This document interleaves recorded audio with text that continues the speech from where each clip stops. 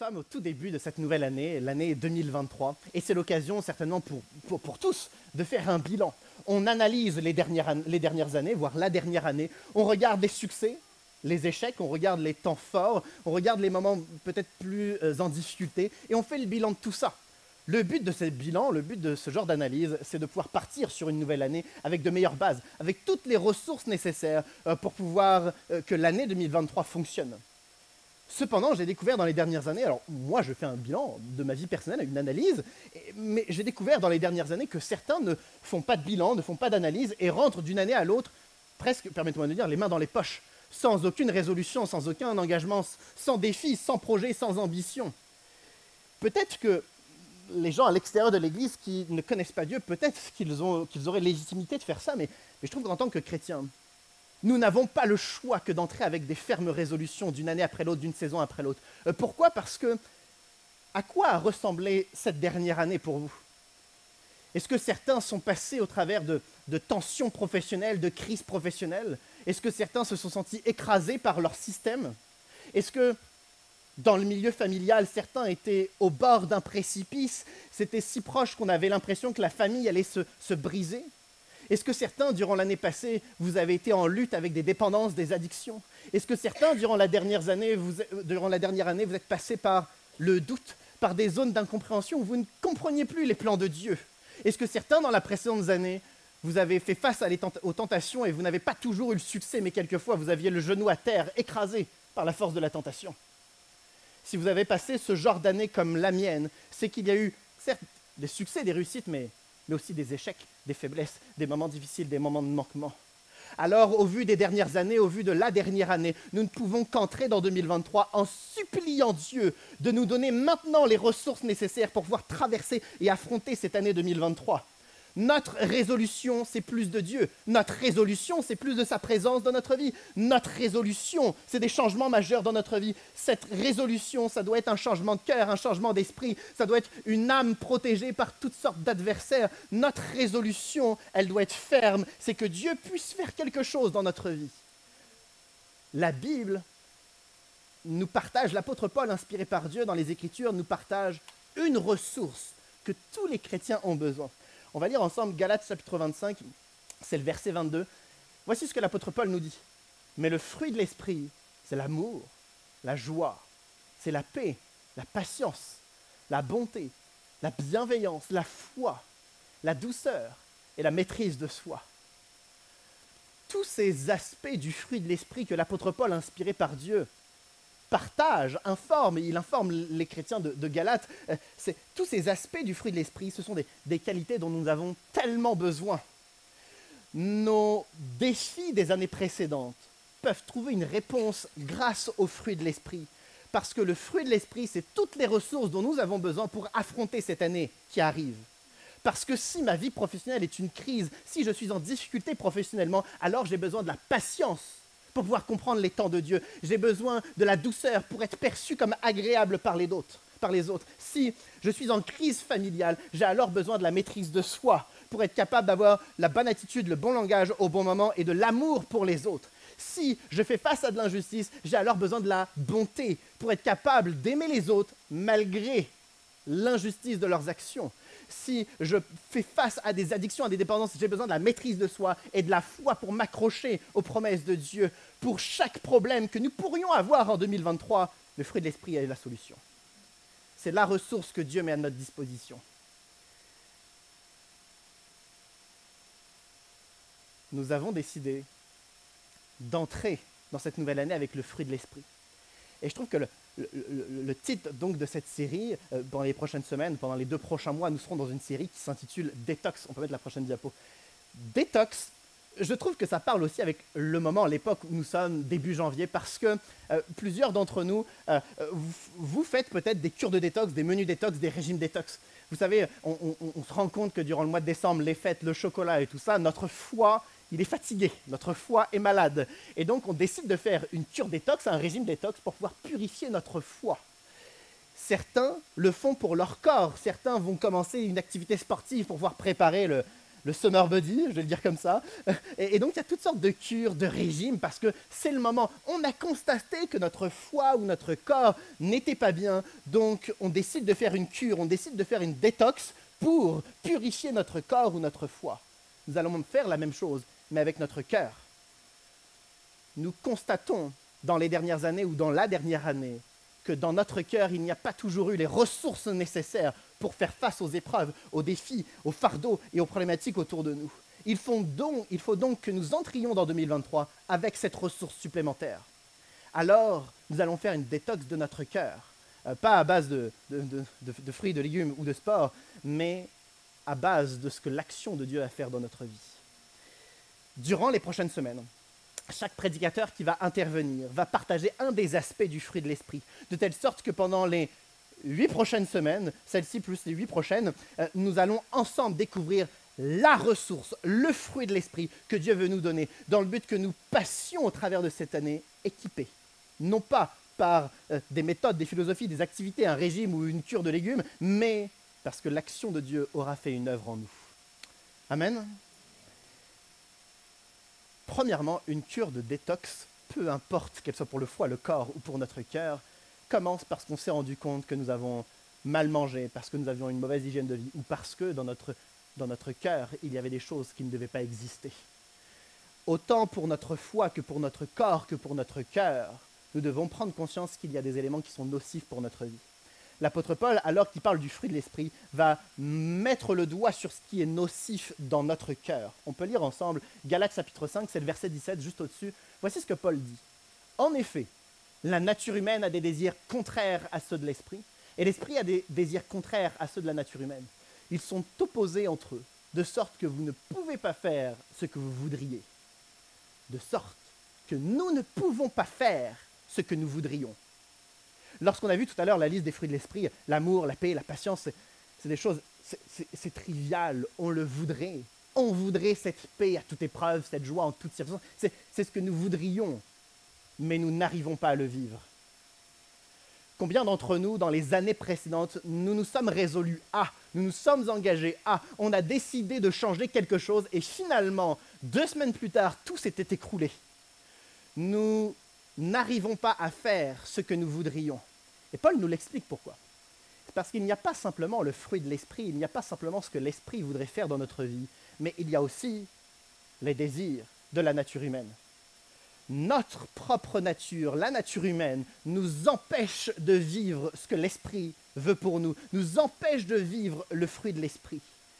Et j'aime que l'apôtre Paul, et je crois qu'il a raison, il est inspiré par Dieu, j'aime le fait qu'il ne met pas de nuances. Ce n'est pas une étape après l'autre, non, ils sont opposés, c'est des choses contraires. Il y a d'un côté l'esprit, et à l'opposé, à l'extrême, il y a autre chose, c'est la nature humaine. À quoi pourraient ressembler les désirs, le fruit, le résultat, les conséquences de la nature humaine? Paul va donner une petite liste non exhaustive des conséquences de la nature humaine. Prochain passage, le texte nous dit « Les œuvres de la nature humaine sont évidentes.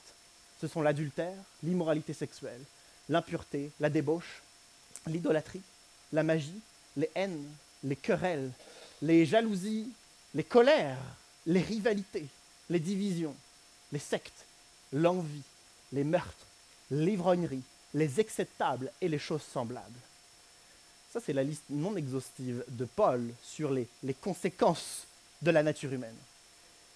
Si je suis honnête avec vous, quand je le lis rapidement, je ne me sens pas concerné par ce que je lis, parce que ça parle de meurtre, d'adultère, de magie. Je me sens loin de cette liste.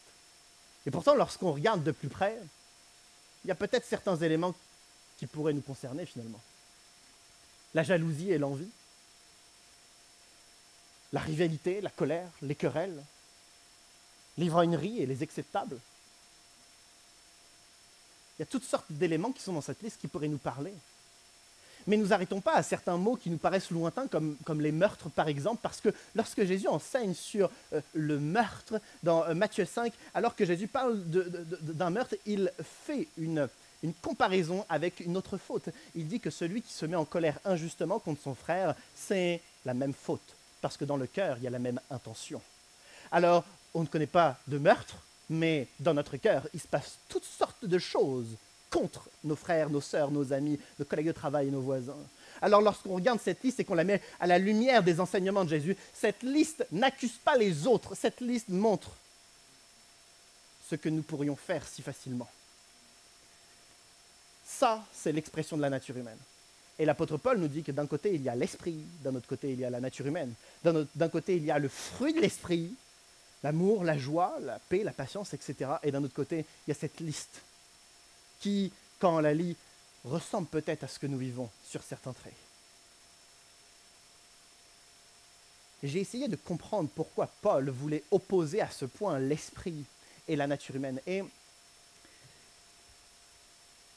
il est clair que nous ne pouvons pas, d'après les mots de Paul, vivre à la fois selon la nature humaine et vivre à la fois selon l'esprit. Non, c'est soit l'un, soit l'autre. C'est sûr, parce qu'ils sont opposés.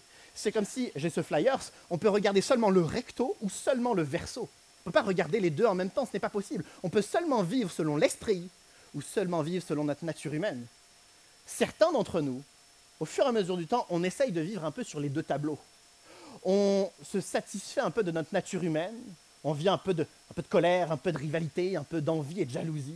Et puis on essaye de vivre un peu des choses de l'esprit. Donc on demande à Dieu sa paix, on demande à Dieu sa patience. Et donc on essaye de vivre sous les deux tableaux. Alors lorsqu'on essaye de regarder un peu du recto et un peu de verso, ça se passe comme ça.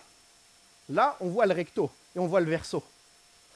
Sauf qu'au moment où on arrive à voir un peu des deux, on est juste déchiré, fatigué, épuisé. Il y a tellement de chrétiens qui essayent de vivre sur les deux tableaux et jour après jour, semaine après semaine, on est à la fois dans la culpabilité, on est épuisé parce qu'on s'efforce, on cherche des solutions, on n'y arrive pas. Et la vie chrétienne ressemble à ça. Un peu de recto, un peu de verso, un peu d'esprit, un peu de nature humaine, et juste on se déchire à la tâche, on n'y arrive pas. L'apôtre Paul nous dit, c'est soit l'esprit, soit la nature humaine. Parce que l'apôtre Paul insiste sur cette opposition, ça ne m'arrange pas. Ça ne nous arrange pas. Parce que j'ai l'impression que ça signifie, ça sous-entend, que lorsque je demande à Dieu sa paix, j'insiste, que j'intercède pour obtenir la paix de Dieu, et que je ne l'ai pas, c'est peut-être parce que je suis trop souvent dans la jalousie, dans la rivalité, dans la querelle. Si je demande à Dieu sa joie, parce qu'il y a trop de désespoir, peut-être que Dieu ne me l'offre pas parce que je suis trop souvent dans l'ivrognerie, dans l'excès de table, à blesser les autres autour de moi. Peut-être que si Dieu ne m'offre pas la maîtrise de soi, c'est parce que peut-être que trop souvent je suis dans ma nature humaine. C'est soit l'esprit, soit la nature humaine. Et le temps passe et on se rend compte que Dieu ne nous répond pas, que Dieu ne nous parle pas, que Dieu ne nous change pas. Mais nous sommes restés attachés à notre nature humaine. Et l'apôtre Paul nous dit, c'est soit l'un, soit l'autre. La question que je veux me poser, c'est alors comment se séparer, s'éloigner, restreindre, repousser la nature humaine et enfin vivre cette réalité que l'esprit veut nous inviter à vivre. Alors on va lire la prochaine diapo, le texte nous dit, toujours Galates chapitre 5, c'est le verset au-dessus, « Voici donc ce que je dis, marchez par l'esprit, et vous n'accomplirez pas les désirs de votre nature propre. » Pour ne pas accomplir les désirs de notre nature propre, Paul nous dit « marchez par l'esprit ». Et le mot « marcher », ça a tellement plus de sens que juste marcher ou une promenade. Il faut comprendre dans l'Antiquité la marche du disciple et du maître. Le disciple et le maître marchent ensemble. C'est comme cela à l'époque dans l'Antiquité qu'on transmet le savoir. On marche ensemble. Et alors le disciple marche avec son maître. Et durant cette marche, ils discutent, ils échangent, ils partagent et il apprend. Et il grandit. Et à un moment donné, le disciple a une question. Il la pose à qui? Au maître. Il marche avec lui. Et à un moment donné, le disciple a peur. Il partage sa peur à qui? Au maître. Il marche avec lui.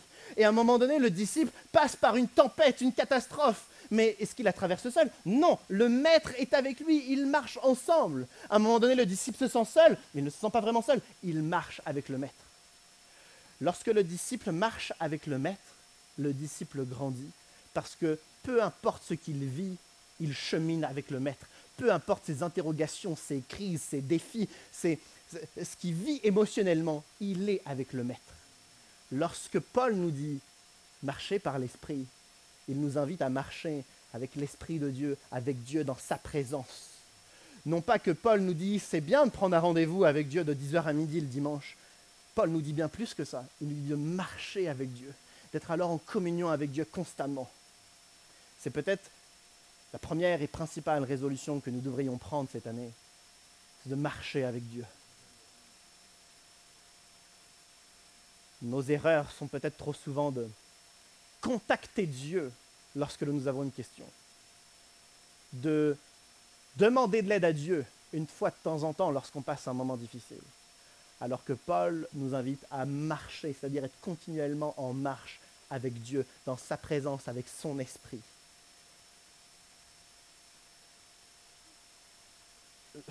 Je n'ai pas prévenu Joséphine. Joséphine, ma femme, moi j'ai quelques questions pour vous à propos de Joséphine. Non, t'inquiète pas, ça va pas te déranger. Est-ce que certains savent quel genre de film Joséphine aime regarder? Ou alors peut-être quel genre de plat Joséphine aime manger? Ou peut-être des vacances que Joséphine aimerait avoir, ou le lieu? Ou dans quel genre de café elle aimerait aller? En fait, vous ne le savez pas. La seule personne qui le sait, c'est moi, parce que je vis avec elle. Qu'est-ce que Dieu veut pour vous? Est-ce que vous le savez? Quelle est la volonté de Dieu pour vous? Est-ce que vous le savez? Quelles ressources Dieu pourrait vous apporter? Est-ce que vous le savez? Pour le savoir, c'est simple. Il faut vivre avec Dieu. Il faut marcher avec lui. On se rend compte que contacter Dieu de temps en temps ne fonctionne pas parce qu'on ne le comprend pas. Mais si nous marchons avec lui, nous savons ce qu'il pense, nous savons ce qu'il veut, nous savons ce qu'il va nous offrir, nous connaissons la direction qu'il va nous donner, nous savons les ressources qu'il va nous apporter, parce qu'il y a cette marche, comme pour des relations amicales, comme pour des relations dans un couple, à force de passer du temps ensemble, nos esprits se connectent, et il est tellement nécessaire que notre esprit connecte avec l'Esprit de Dieu. Marchons par l'Esprit, soyons continuellement en communion avec Dieu. Amen. Le texte se poursuit, et voici ce que le texte nous dit, c'est le premier verset du chapitre. C'est pour la liberté que Jésus-Christ nous a affranchis. Tenez donc ferme dans cette liberté et ne vous placez pas de nouveau sous le joug de la servitude. C'est pour la liberté que Christ nous a affranchis. J'aime tellement cette phrase parce qu'elle est lourde de tellement de sens, mais récemment, alors qu'à la fin du chapitre, Paul parle justement du fruit de l'esprit, j'avais l'impression que le fait que Paul parle de la liberté que nous avons en Christ résonnait avec l'existence du fruit de l'esprit pour les chrétiens. Je m'explique. Je suis né dans l'église, c'est-à-dire que ça fait des années et des années que j'entends parler du fruit de l'esprit. Et alors, je vais être un tout petit peu provoqué, mais il y a un vrai fond de vérité dans tout cela. Lorsque j'entends dans l'église le fait qu'on nous invite à vivre le fruit de l'esprit, c'est-à-dire l'amour, la joie, la paix, la patience, j'ai l'impression que c'est pour faire de nous des personnes trop gentilles, des personnes naïves. Ça ne donne pas toujours envie lorsqu'on entend cela. On a l'impression qu'on va juste être faible, qu'on va devoir se laisser faire. Et ça, c'est ma mauvaise tradition chrétienne, et j'ai totalement tort, et je m'en excuse pour cette perception. Mais Paul rappelle que c'est pour la liberté que Christ nous a franchis. Ce n'est pas pour que nous devenions des trop gentils, ou des religieux, ou des personnes trop lisses, ou des personnes trop effacées. Mais c'est pour la liberté, c'est-à-dire que toute contrainte, tout adversaire, tout problème, toute zone de flou et zone d'incompréhension dans notre vie, il nous apporte la liberté et le fruit de l'esprit en est la manifestation, c'en est la preuve. Alors pour toutes les fois où on se sent contraint par une problématique professionnelle ou familiale, perdu parce qu'on ne sait pas quelle est la direction, notre communion avec Christ, parce qu'il nous a franchis, notre marche avec Dieu, parce qu'on a cette communion avec lui, permet alors que le fruit de l'esprit se manifeste, et c'est pour la liberté. Nous ne sommes pas appelés à être trop lisses, trop gentils, trop naïfs, trop calmes, mais nous sommes juste appelés à être libres. Et Paul ajoute, tenez donc ferme dans cette liberté. Tenez donc ferme. Ça veut dire que si on ne tient pas ferme, on perd cette liberté. Ça veut dire que si on ne tient pas ferme, on ne vit pas le fruit de l'esprit. Peu importe notre ancienne proximité avec Dieu, peu importe nos années de vie chrétienne, peu importe nos connaissances dans la foi, si on ne tient pas ferme, on perd le fruit de l'esprit. J'avais 11-12 ans, avec mes parents, on allait à l'église, et il y avait des réunions le dimanche après-midi, réunions d'évangélisation, on y assistait, Et la réunion venait de se terminer. Alors les uns et les autres restent, on discute, on prend du temps ensemble. Et on reste vraiment très très longtemps cette fois-ci avec mes parents, de telle sorte qu'il n'y a presque plus personne dans l'église, on doit être 10-12 grand maximum. Et je m'apprête à sortir de la salle principale pour aller sur le parking. Le parking était collé à la salle principale. Je m'apprête à sortir, mais je ne suis pas encore sur le parking que j'entends déjà des voix, des cris à l'extérieur. Alors, je suis enfant, je suis curieux, je bondis à l'extérieur sur le parking pour voir ce qu'il se passe. Voici la scène. Un homme à droite à côté de sa voiture, un homme à gauche à côté de sa voiture, comme ça, en train de faire des gestuels, en train de s'accuser, pointant du doigt. Une agressivité comme j'avais jamais vu, à deux doigts de l'insulte. En tout cas, le comportement était évidemment insultant. Et je ne comprends pas la situation. Alors j'écoute, et voici les premiers mots que j'entends. Celui à droite dit la Bible dit que l'Éternel est 3 fois saint. Et l'autre dit non, la Bible dit que l'Éternel est saint, saint, saint. Non, 3 fois saint. Non, saint, saint, saint. Et ils sont en train de s'étriper pour, je ne veux pas diminuer le point théologique, mais pour l'enfant de 12 ans que j'étais, c'était pour rien. J'ai peut-être tort, mais l'enfant de 12 ans trouvait que c'était pour rien, cette dispute. Et je me cache sous l'enfant de 12 ans pour pouvoir dire ça. Ces deux personnes étaient à deux doigts d'en venir aux mains. Alors parce qu'ils criaient, les gens qui étaient dans la salle sont aussi sortis et ont aidé à les séparer. Pas les calmer, personne n'a réussi à les calmer. Ils sont repartis, chacun chez eux, en colère. Mais il a fallu les séparer. Ils étaient prêts à en venir aux mains. Ces deux chrétiens, parce que ce sont des chrétiens, ça faisait des décennies qu'ils étaient chrétiens. Ils ont marché avec Dieu. Ils ont eu des expériences avec Dieu. Pas dire qu'ils étaient des piliers de l'Église, mais pas loin. Des personnes solides, tout de même dans la foi, dans l'Église. Si on avait un sujet de prière, on pouvait aller vers eux, on savait qu'ils allaient prier. Ils servaient dans l'Église. Tout le monde les connaissait, on connaissait leur cœur pour Dieu, l'exemplarité de ces hommes. Mais à ce moment-là, c'était agressivité, violence, jalousie, c'était tout ce que vous voulez, mais à l'opposé du fruit de l'esprit. Et quand je me rappelle cette scène, je me dis que si ça leur arrive à eux, il faut qu'on ait l'honnêteté de dire que ça nous arrive à nous, ou ça pourrait nous arriver à nous. L'apôtre Paul nous dit « Tenez donc ferme ». Parce que si j'entre dans 2023 les mains dans les poches, sans commencer à lutter contre ma nature humaine, dans 6 mois, je suis comme ces hommes, en train d'étriper le premier venu, parce qu'il n'y a plus une once de fruit de l'esprit en moi. Il est donc nécessaire de tenir ferme. Il est nécessaire de commencer à se poser des limites, des disciplines, des prises de décision importantes pour cette année. Je dois entrer dans l'année 2023 en étant conscient que si je n'ai pas de ferme résolution, si je ne tiens pas ferme, comme Paul le demande, alors je vais me laisser aller. Il est tellement nécessaire de tenir ferme. L'apôtre Paul nous dit, tenez donc ferme et ne vous placez pas sous le joug de la servitude. Comme si que, même en étant chrétien, nous pourrions retourner sous le joug de la servitude.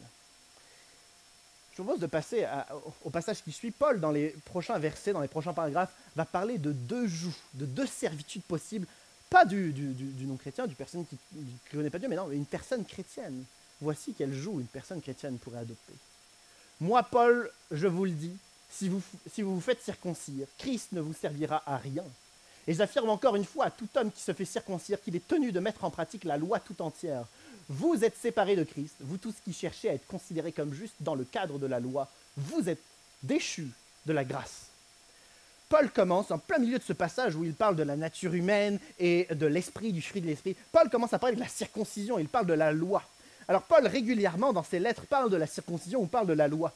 On ne va pas en parler autant que Paul, mais si on résume la pensée de Paul sur la circoncision et la loi de ce passage, c'est résumé à la dernière phrase qu'on vient de lire, c'est-à-dire « Vous tous qui cherchez à être considérés comme justes ». Il y avait des chrétiens à Galate qui savent qu'ils doivent dépendre de Christ et de la grâce de Christ, mais choisissent volontairement de mettre Christ de côté pour se considérer soi-même juste. Pour les Juifs, c'était avec la loi. Pour nous, ça peut être de différentes façons, mais ils cherchaient à être justes, ils cherchaient à avoir le salut, ils cherchaient à avoir la liberté, à être sauvés par eux-mêmes. Il y a une problématique, au lieu d'aller vers Christ, alors qu'ils sont chrétiens, ils savent que Christ aura la solution, ils préfèrent, par orgueil, s'en sortir tout seuls. C'est le joug de l'orgueil. Ils ont la connaissance de Christ, ils savent que la loi ne pourra rien pour eux. C'est juste des règles qui ne pourra pas leur offrir la vie. Seul Christ offre la vie, ils le savent. mais ils ne le font pas. Parce que c'est dur de se confier à Christ. Ça veut dire renoncer à soi, renoncer à sa volonté, ça veut dire se soumettre à Christ. Alors, ils décident de ne pas vouloir de tout ça. Ils se disent chrétiens, mais ils essayent d'accomplir la loi, ils essayent de s'en sortir seuls. Combien d'entre nous, en 2023, on entre dans cette année sans aucune résolution dans notre vie spirituelle, parce qu'on a choisi de s'en sortir tout seul. Nous sommes chrétiens, mais il y a un joug d'orgueil. On ne partage pas nos réflexions à Christ. On ne cherche pas la volonté de Christ. On ne cherche pas comment Christ pourrait changer notre vie. On vit seul. C'est le joug de l'orgueil.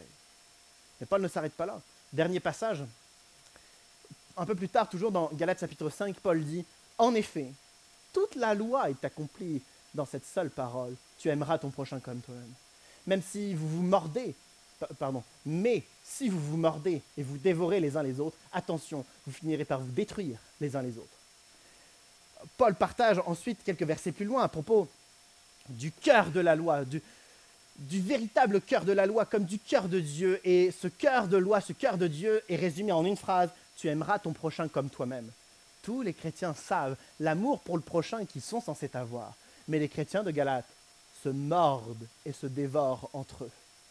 Les commentaires bibliques nous disent que les verbes utilisés sont en général utilisés pour les animaux sauvages qui se mordent et qui se dévorent.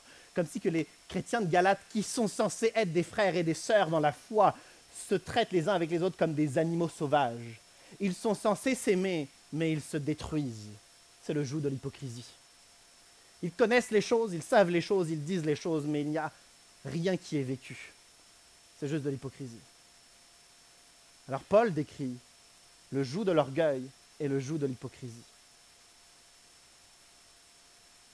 Et quand je vois ces deux jougs, je ne peux que reconnaître que c'est les deux jougs qui, jour après jour, se lèvent face à nous qui sommes chrétiens. On a le choix entre aller vers notre nature humaine ou aller vers l'esprit, aller vers les désirs de notre nature humaine ou aller vers le fruit de l'esprit. Mais quelquefois, l'orgueil résonne et on préfère s'en sortir par soi-même. Quelquefois, l'hypocrisie résonne. On dit qu'on a le fruit de l'esprit, qu'on cherche l'esprit, mais en vérité, on a choisi une autre direction. Le but de ce message, c'est qu'à la fois que nous puissions marcher en pleine communion avec Dieu et que nous puissions commencer à tenir ferme. Parce que l'orgueil et l'hypocrisie guettent. Je ne voulais pas forcément le dire, mais je vais même le dire. À ma grande honte, dans mes récents bilans des dernières semaines, des derniers mois, j'ai essayé de voir les percées spirituelles dans ma vie. Ou les percées spirituelles, je vais tout à fait honnête, même dans mon ministère, j'essaie de regarder les percées qu'il y avait. Et j'ai été un petit peu déçu. Et je me suis dit que c'était inacceptable pour cette année de ne pas avoir une telle proximité avec Dieu pour m'assurer une percée spirituelle dans ma vie. Alors on peut entrer dans 2023 et 2023 va ressembler à 2022, 2021, 2020, etc. Où on peut commencer à se positionner, s'engager. Résolument, on décide de s'attacher à Christ, marcher avec lui, de telle sorte que nous sommes en communion jour après jour avec lui. On lui partage tout ce que nous ressentons, à la fois nos succès, mais aussi nos faiblesses, nos difficultés. On lui partage tout et on vit avec lui et on espère en lui. On peut traverser cette année 2023 en s'attendant à des percées de son action dans notre vie, de sorte que ce qui bloque depuis des années, on s'attend à lui plus que jamais pour que cette année, il y ait un point final, pour que cette année, il y ait des révolutions, pour que cette année, il y ait des choses palpables qui commencent à se passer dans notre vie. Alors je ne sais pas si vous avez fait un bilan récemment de votre dernière année ou de vos dernières années. Faites-en un. Essayez de calculer toutes les actions de Dieu. Et si vous êtes un tant soit peu déçu comme moi, consacrez votre année à observer les percées de Dieu dans votre vie par notre consécration. Allez, j'en dis une de plus, même si à nouveau, là, j'aurais carrément pas, mais bon, je vais quand même le faire. J'ai fait un tri des archives papier de l'Église que j'ai reçues il y a quelques mois. Et c'est ridicule, je vais partager quelques statistiques, mais je vais quand même le dire. Nous sommes en moyenne 75 personnes dans l'Église les dimanches matins, en tout cas. On est un peu plus avec les membres, mais En général, on est 75 ici. Il y a 5 ans, on était à peu près 75. Il y a 10 ans, on était à peu près 75. Alors, il y a des personnes qui sont parties, des personnes qui sont arrivées. Merci Seigneur. Mais en 10 ans, on est resté 75. Quelle percée pour le royaume de Dieu avons-nous fait? Quelle percée pour le royaume de Dieu j'ai fait personnellement? Quelle percée pour le royaume de Dieu avons-nous fait les uns et les autres? Et là, c'est toute ma tristesse de me dire, est-ce que Dieu, on est utile pour toi en tant qu'Église, pour ton mandat, pour ta mission? Et alors, pendant quelques jours, je suis juste à terre par cette vérité. Mais ensuite, l'année 2023 arrive, et là, c'est de notre responsabilité à tous de marcher, collé avec l'Esprit, en communion avec lui pour s'attendre à lui et plus que jamais, voir de quoi il est capable dans notre vie, voir de quoi il est capable dans notre Église, voir quelle consécration, quel sacrifice, quel renoncement à soi on peut faire pour son royaume, voir comment notre foi peut être partagée plus encore, voir comment nos prières peuvent être exaucées, voir comment on peut s'impliquer dans l'intercession, voir comment notre évangélisation peut impacter plus que jamais, voir comment notre service peut se faire pour son royaume dans et à l'extérieur de l'Église. Tout est question de notre positionnement et notre résolution dans notre façon de rentrer dans 2023. Je demande à l'équipe de louange de s'approcher.